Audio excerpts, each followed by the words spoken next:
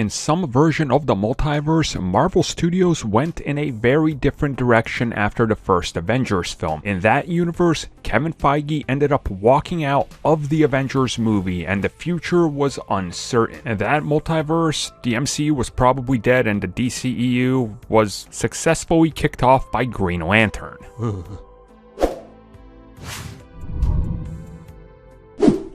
Anyways, so I think most of you know the basic story. If not, let's do just a quick recap. Kevin Feige, guy in charge of Marvel Studios, he had an opposing force in the early days of Marvel Studios. This happened to be Ike Perlmutter. Now, Perlmutter is still involved, just not as much. And what happened was Kevin Feige went to Marvel Studios, went to Bob Iger of Disney and said, look, if this guy, if he keeps interfering with my plans, I don't want to be here. And we know how it kind of shook out, but now Mark Ruffalo was part of a recent interview with The Independent, which the article is linked down below for you guys. I'll toss it up on the screen as well. And he talks about what exactly happened, and he says, and I quote, "When we did the first Avengers, Kevin Feige told me, listen, I might not be here tomorrow." And he's like, Ike Perlmutter does not believe that anyone will go to a female starring superhero movie. So if I'm still here tomorrow, you can know that I won that battle. That was the turning point for Marvel because Kevin wanted black superheroes, woman superheroes, LGBT superheroes. He changed the whole Marvel universe. So now we have gay superheroes, we have black superheroes, we have female superheroes. Scarlett Johansson has her movie coming out. We have Captain Marvel. They're also doing She-Hulk next. No other studio is being that forward inclusive on that level. They have to be, though.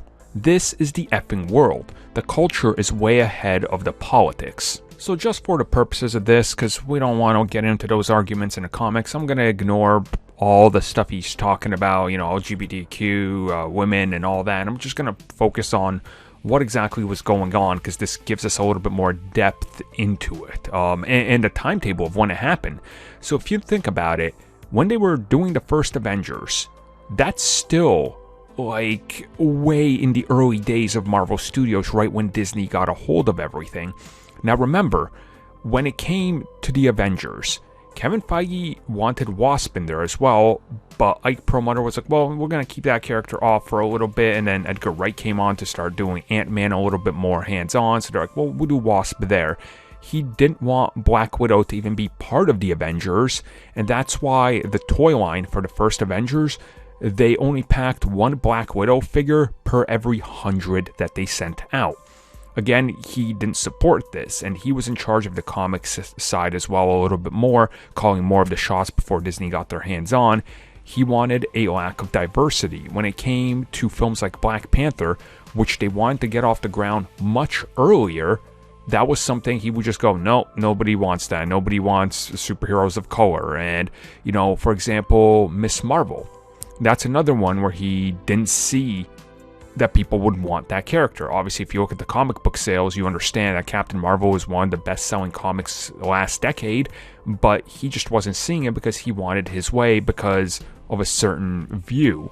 And again, it's kind of interesting that Kevin Feige was ready to just drop everything. Like, just imagine you're sitting there, this guy's about to release the Avengers, and you're literally about to become the studio that's about to jump from that small little thing that's putting out comic book movies to the biggest studio in the world over the course of the next 3 years. Imagine a world where he walked away and none of this was happening. It's honestly kind of scary to think about that from a Marvel perspective and being a Marvel fan, because that fundamentally changes everything about Marvel Studios.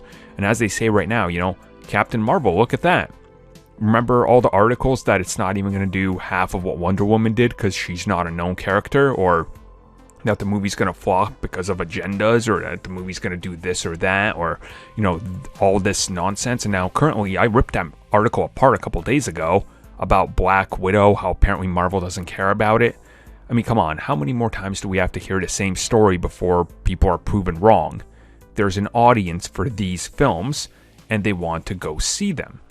And, you know, people always start screaming about how this is forced on them, but it's not. You know, like, you're getting, what, 3 films a year still starring the familiar characters you know and love, and you're getting one film that's a little different. So kind of get used to this because they got to appeal to different markets. I mean, you know, look at Fast and Furious. They adapted and started to conquer the box office in their territories. Again, it's just evolution of Hollywood, understanding your crowds.